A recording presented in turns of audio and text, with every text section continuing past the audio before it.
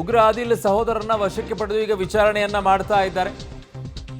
ಪಹಲ್ಗಾಮ್ನಲ್ಲಿ ಉಗ್ರರಿಂದ ಹಿಂದೂಗಳ ನರಮೇಧ ಏನ್ ನಡೆದಿದೆ? ಉಗ್ರ ಆದಿಲ್ ಇಬ್ಬರು ಸಹೋದರನ ವಶಕ್ಕೆ ಪಡ್ಕೊಂಡಿದ್ದಾರೆ. ಬೆಳಗ್ಗೆ ಅಷ್ಟೇ ಅವರ ಮನೆಗಳೇನಿದಾವೆ ಎಲ್ಲ ಧ್ವಂಸ ಮಾಡಿ ಹಾಕಿದ್ರು. ಈಗ ಅವರ ಕುಟುಂಬಸ್ಥರನ್ನ ಕರ್ಕೊಂಡು ಬಂದು ವಿಚಾರಣೆಯನ್ನ ಮಾಡ್ತಾ ಇದ್ದಾರೆ. ವಿಚಾರಣೆ ಎಲ್ಲ ಒಬ್ಬರನ್ನ ಎತ್ತುಬಿಡಿ, ಅವಾಗ ಗೊತ್ತಾಗತ್ತೆ ಇನ್ನೊಬ್ಬರ ಮನೆಯಲ್ಲಿರುವಂಥ ಸಂಕಟ ಏನು ಅಂತ ಹೇಳಿ. ಅವ್ರ ಮನೆಯಲ್ಲೂ ಹಾಗೆ ಸಾಯ್ಬೇಕು, ಅವಾಗ ಗೊತ್ತಾಗುತ್ತೆ. ಏನವ್ರಿಗೆ ಗೊತ್ತೇ ಇರೋದಿಲ್ವಾ? ಗೊತ್ತಿರುತ್ತೆ ತಾನೆ, ಹೇಳಬೇಕು. ಇಂಥ ಪರಿಚಯದಲ್ಲಿ ಆಗಿದ್ದಾನೆ, ನನ್ನ ಮಗ ಹಿಂಗಾಗಿದ್ದಾನೆ, ಅವನು ಇಲ್ಲಿ ಹೋಗ್ತಾ ಇದ್ದಾನೆ, ನನ್ನ ಸಂಪರ್ಕಕ್ಕೆ ಬಂದಿದ್ದಾನೆ. ಯಾಕೆ ಮಾಹಿತಿ ಕೊಡೋಕ್ಕಾಗಲ್ವಾ? ಈ ದೇಶದಲ್ಲಿ ಇದ್ಕೊಂಡು ಎಲ್ಲವೂ ಇರುತ್ತೆ ಇನ್ಫಾರ್ಮೇಷನ್ಗಳು. ಆದರೂ ಈ ಥರ ಮಾಡೋದು ಏನು? ಕಾಂಟ್ಯಾಕ್ಟ್ ಮಾಡದೇ ಇರ್ತಾರೆ ಅವರು? ಕಾಂಟ್ಯಾಕ್ಟ್ ಮಾಡಿರ್ತಾರೆ.